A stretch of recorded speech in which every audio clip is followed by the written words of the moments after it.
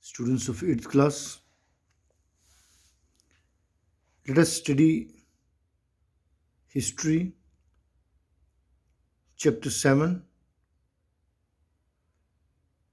the Great Uprising of 1857.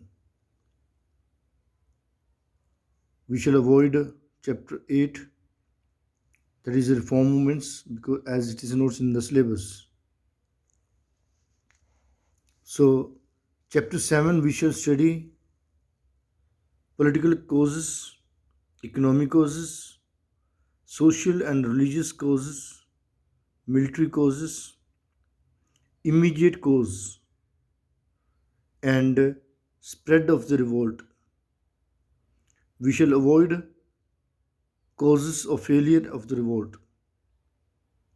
Then we shall study results of the revolt, that is consequences, and what is the nature of revolt, that is a great uprising. Students, we know that British had already occupied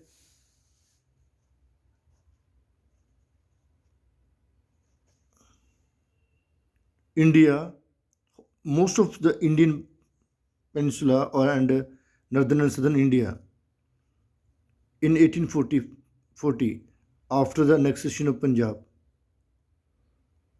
So there was one administration, one rule, and one law. So now the India had been united.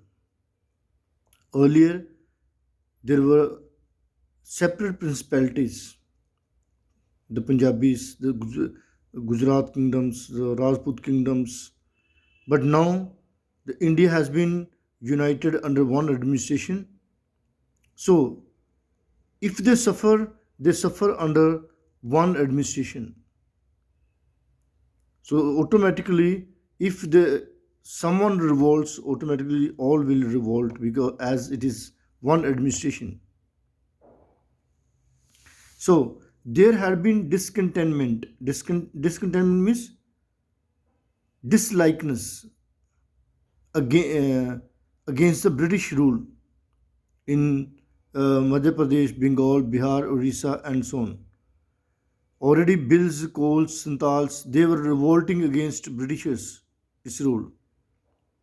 So we can call this great uprising also Sipahi mutiny, soldiers mutiny, revolt. Okay, we can also call it as a first war of independence. And there are causes why this event happened. I always tell you, students, whatever event occurs in any place of the world, there are some events. Oh, sorry, there are some causes. So, Great Uprising also, or First War of Independence also has some of the causes. That is the political causes, economic causes, social, religious causes, and military causes. And we shall be looking forward for this. Lord Rosie and Lord Curzon, even other Lord of the company, General of the company, played some policies which were not liked by the Indian people, either the religious, the orthodox, or the aristocrats, and so on. So, students, Lord Dalhousie policy of expansion was aggressive. It caused great discontentment, hatred towards the rulers of India, and also, especially doctrine of lapse, annexation of states on grounds of maladministration. Maladministration means misruling the people.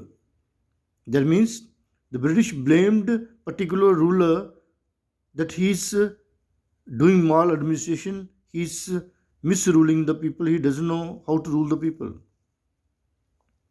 So in this way, putting so many blames on rulers and annexing the kingdom was one cause. Another by his policy of doctrine of lapse. That means the higher son cannot become the next king,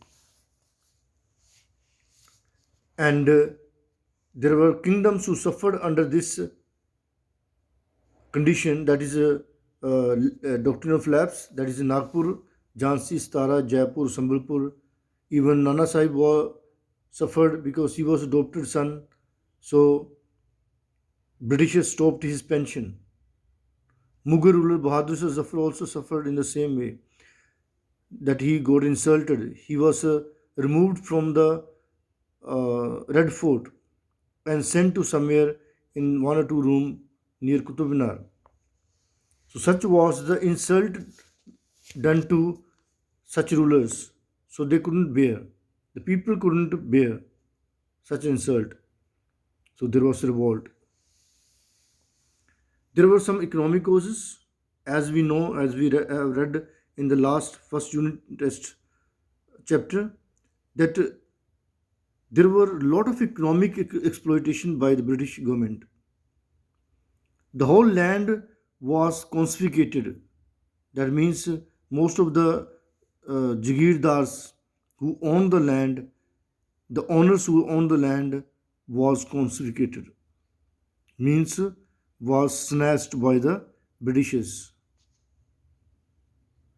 And revenue in cash was introduced.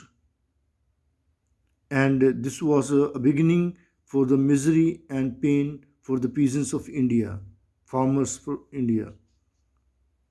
The peasants were exploited by moneylenders and zamindar. That means these moneylenders and zamindars were appointed by the Britishers, though they were Indian, but they exploited the farmers and charged heavy taxes on them. Even if there was a famine, the farmers suffered, but in return, government did not give any compensations. With the coming of the Industrial Revolution, markets were flooded with machine-made goods, and Indian artisans, weavers couldn't compete with the machine-made goods because it was introduced in bulk, and also its finishing was great and it was cheaper. So our Indians homemade goods couldn't compete with the machine-made goods. So in this way also we had great loss in the economy.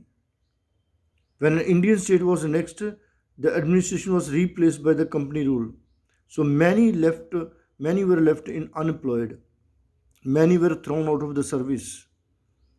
And the poets, the singers, the painters, they were spotted by the kings and the nobles. But now there was no support, uh, there were no patrons.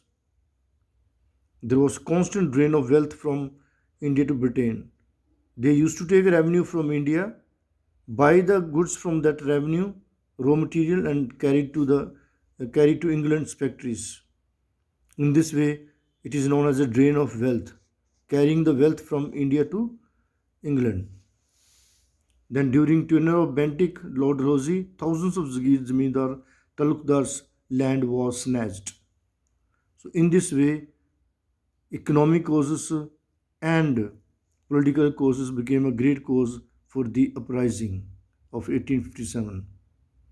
In the next part, we shall study socio religious causes and immediate causes. Thank you.